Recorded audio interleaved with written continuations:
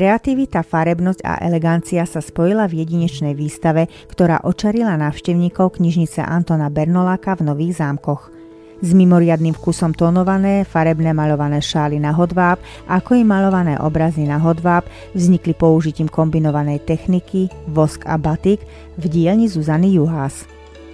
Alice Štanc vystavuje šperky z korálok, ktoré ladia s vystavenými šálmi a môžu sa stať ozdobou každej ženy. Rôzne farebné kombinácie sú zhotovené zo svarovských kryštáľov a polodrahokamov.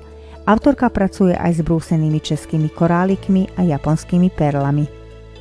Účastníkom vernisáže sa prihovorila riaditeľka knižnice Helena Bohátová, ktorá ocenila tvorbu vystavovateľiek a tiež vyzdvihla krásu a farebnosť vystavených diel. Kurátorkou výstavy bola Ildiko Sás, ktorá účastníkom vernisáže priblížila vyše 15-ročnú spoluprácu s autorkami. Vystavovateľky návštevníkom priblížili ich začiatky a úspechy v tvorbe. Na vernisáži účinkovali novozámocké hudobné talenty ako Veronika Búšová, Virák Žabka a Sofia Žabka. Výstava je otvorená do 28. februára 2025 v čase od 9. do 16. hodiny.